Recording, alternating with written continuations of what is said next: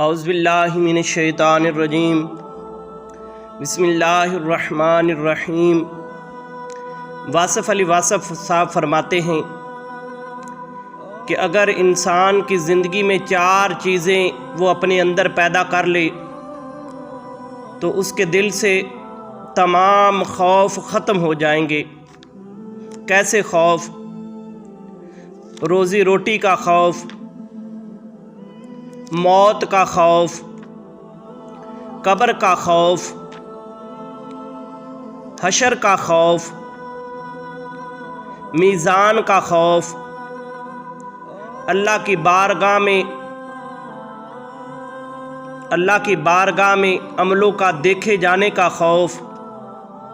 اور پل صراط کا خوف۔ آپ فرماتے ہیں کہ اگر انسان کی زندگی میں یہ 4 باتیں آ جائیں تو انسان کی زندگی سے خوف نام کی چیز جو ہے وہ ختم ہو جائے گی اور وہ انسان بے خوف ہو جائے گا۔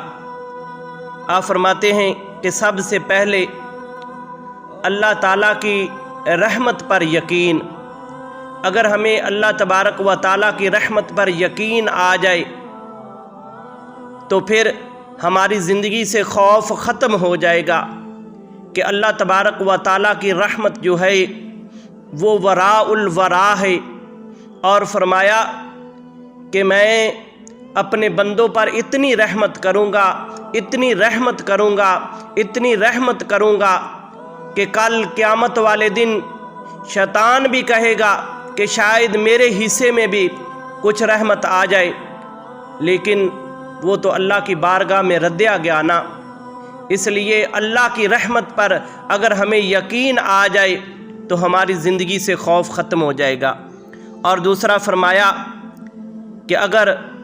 خالق کی منشا کے مطابق ہم زندگی بسر کریں تو ہماری زندگی سے خوف ختم ہو جائے گا۔ اللہ تعالیٰ کے حکموں کے مطابق اگر ہم زندگی بسر کریں، جس چیز کا رب ذوالجلال نے حکم دیا اس پر عمل کریں، اور جس چیز سے رب ذوالجلال نے منع فرمایا اس سے رکے رہیں تو ہماری زندگی سے خوف ختم ہو جائے گا۔ اور تیسرا فرمایا کہ جتنا تمہیں حاصل کر کے خوشی ملتی ہے اتنا تمہیں اس کی راہ میں خرچ کر کے جب خوشی ملنے لگے گی تمہارا دل خوش ہو جائے گا تو پھر تمہارے دل سے خوف ختم ہو جائے گا۔ یعنی جتنا مال دولت تم حاصل کرتے ہو اس کے لیے تم تک و دو کرتے ہو، اس کو حاصل کر کے پھر تمہارا دل خوش ہوتا ہے، اور جب تم اللہ کے راستے میں خرچ کرو، اللہ کی عطا کی ہوئی دولت کو اللہ کے راستے میں خرچ کرو،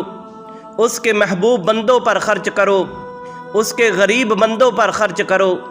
اس کے لاچار بندوں پر خرچ کرو، اس کے ضرورت مند بندوں پر خرچ کرو۔ جب تمہیں جتنا حاصل کر کے خوشی ملتی ہے، جب تمہیں اتنی خوشی اللہ کے راہ میں خرچ کرنے پر ملے گی تو تمہارے دل سے خوف ختم ہو جائے گا۔ اور چوتھا فرمایا کہ رب ذوالجلال سے سچی محبت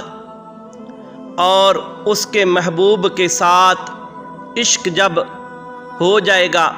تو تمہارے دل سے تمام خوف ختم ہو جائیں گے۔ صحابہ اکرام کی زندگی کا مطالعہ کریں، ان کی زندگی اللہ کے محبوب کے علاوہ کچھ بھی نہیں تھا۔ ان کی زندگی میں ہر وقت ان کا یہ دل چاہتا تھا کہ ہمارے سامنے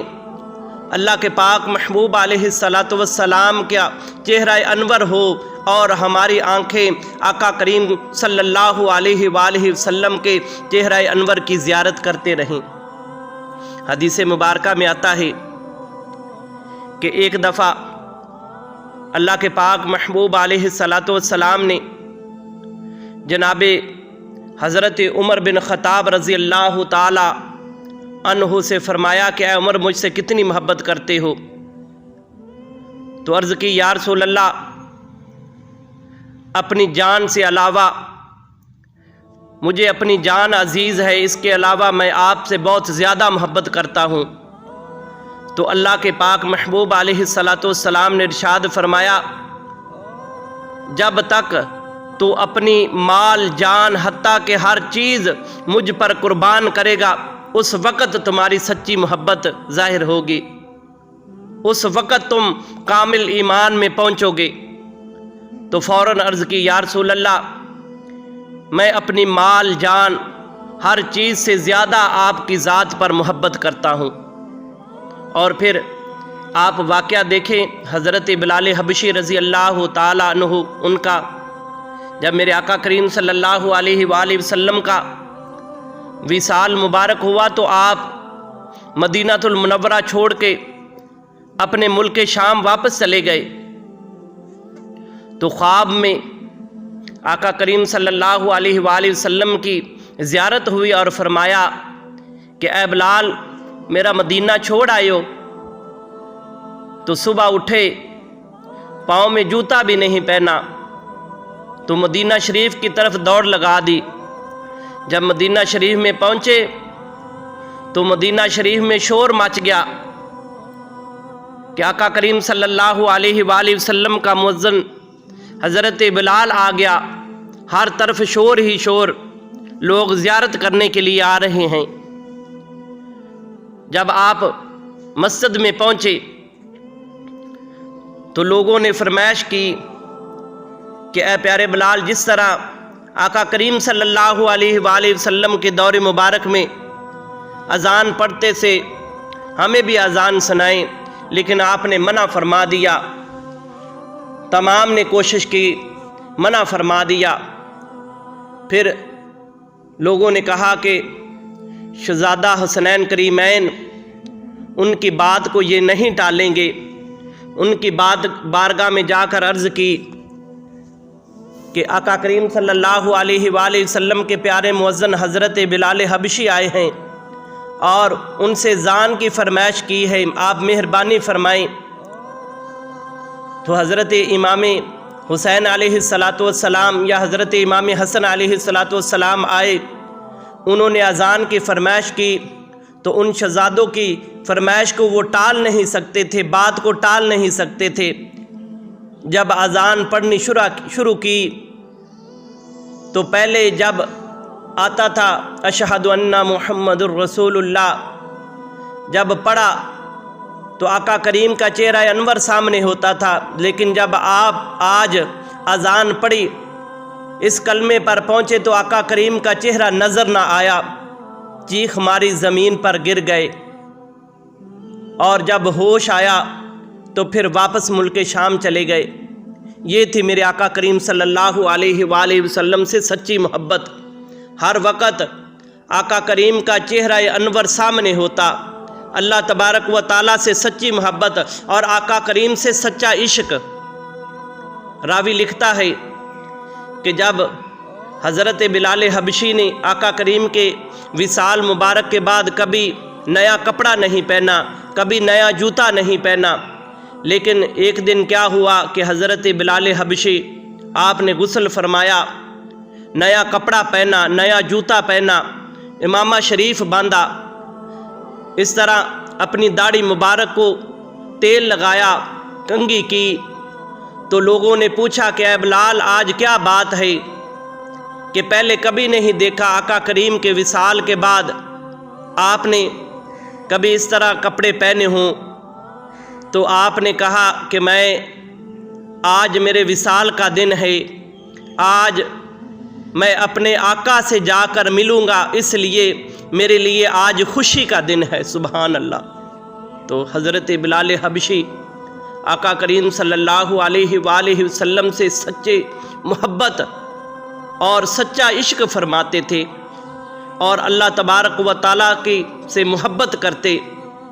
ہر وقت اللہ اللہ کرتے، اور آقا کریم صلی اللہ علیہ وآلہ وسلم کے عشق میں رہتے۔ تو ان چار باتوں کو اگر ہماری زندگی میں یہ چار باتیں آ جائیں،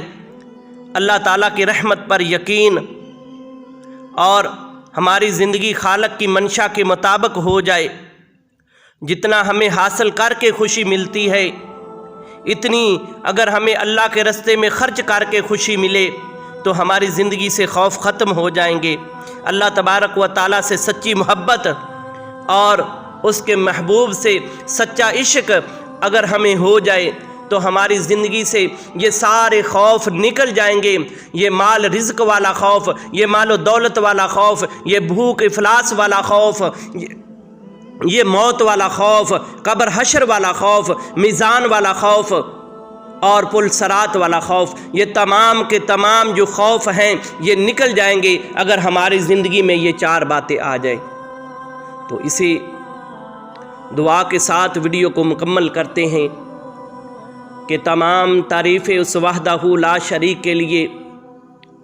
اس کی ذات کے ساتھ محبت اور اس کی ذات کے ساتھ پیار جو وحدہ لا شریک ہیں،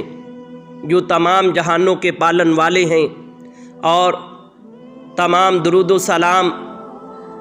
آخر الزمان نبی جناب حضرت محمد مصطفیٰ صلی اللہ علیہ وآلہ وسلم کی پاک ذات کے اوپر، اور تمام دعائیں اپنے والدین کے لیے جن کے والدین زندہ ہیں، رب کریم انہیں عمر خضری عطا فرمائے، اور جن کے والدین اس دنیا سے چلے گئے میرا کریم مالک ان کی مغفرت اور بخشش فرما کر جنت میں اعلیٰ مقام عطا فرمائے، درجات کی بلندی عطا فرمائے، اور جن کے والدین زندہ ہیں ان کی خدمت کرو، ان سے دعائیں لو اور اپنے رب کریم سے جنت حاصل کرو۔ آمین ثم آمین۔